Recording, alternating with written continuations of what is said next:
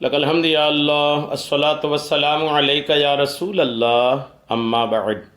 سلسلہ ہے ناظرین کے سوالوں کے جواب دینے کا۔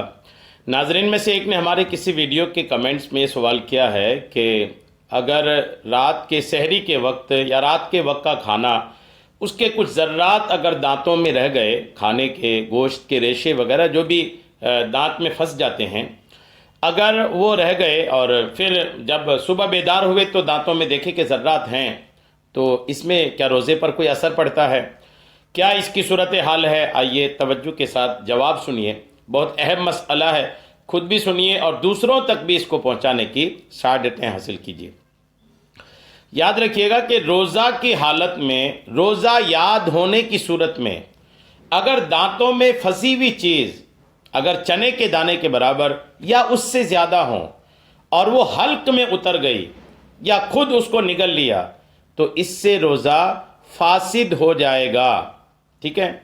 اگر دانتوں میں گوشت کے یا کھانے کے ذرات تھے اور آدمی نے اس کو کھلال کر کے یا کسی طرح نکال کے پھینک دیا باہر، تب تو کوئی حرج نہیں ہے۔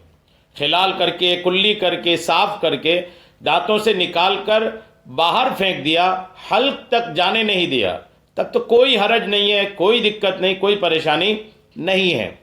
پریشانی بس تب یہ ہے کہ دانتوں کے ذرات جو رات کے یا سحری کے کھانے کے وقت کے ہیں اور پھر دن کو روزے کی حالت میں یا روزہ یاد ہوتے ہوئے ان ذرات کو، کھانے کے وہ حصوں کو اگر نگل لیا تو اس میں بھی صورت یہ ہے کہ وہ اگر چنے کے برابر ہیں یا اس سے زیادہ ہیں تب تو روزہ فاسد ہو جائے گا۔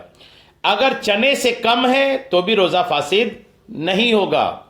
تو اب یہ کہ عموماً لوگ ایسا کرتے نہیں ہیں کہ وہ کھانے کے جو ذرات دانتوں میں پھنسے ہوتے ہیں اس کو آدمی کھا لے، ایسا عموماً لوگ کرتے نہیں ہیں، بلکہ اس کو خلال کر کے باہر کر دیتے ہیں۔ تو اگر یوں ہی کھانے کے ذرات ہیں اور اس نے کھانے کے ذرات کو روزے کی حالت میں خلال کر کے باہر کر دیا تو کوئی حرج نہیں۔ کھانے سے بس روزے پر اثر پڑتا ہے، اس میں بھی مقدار ہے چنے کے برابر کی۔ جی ہاں، اگر چنے کے دانے سے کم ہو تو اس سے روزہ فاسد نہیں ہوگا۔ البتہ خود اس کو حلق میں اتارا تو یہ مکروہ ہے، یعنی اگر چنے کی مقدار سے کم ہے لیکن اس کے بعد بھی خود جان بوجھ کر حلق میں اتارا تو ایسا کرنا مکروہ ہے، روزہ نہیں ٹوٹے گا پھر بھی۔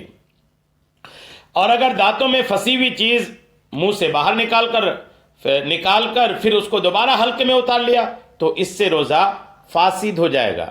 یعنی اگر کوئی ایسا کر لیا کہ دانت کے وہ ذرات کو نکال کر باہر کیا، ہاتھ میں ہتھیلی میں لیا، باہر کیا، پھر اس کے بعد نکل گیا، تو اب اس سے روزہ فاسد ہو جائے گا، چاہے وہ چنے کے دانے کے برابر ہو یا اس سے کم ہو۔ اب باہر آ کے اندر گیا نا تو اب وہ چنے سے کم بھی ہو تو بھی روزہ فاسد ہو جائے گا اور قضا لازم ہوگی، کفارہ لازم نہیں ہوگا۔ اور اگر روزہ یاد نہ ہو اور بھول کر ایسا کر لیا تو پھر روزہ فاسد نہیں ہوگا۔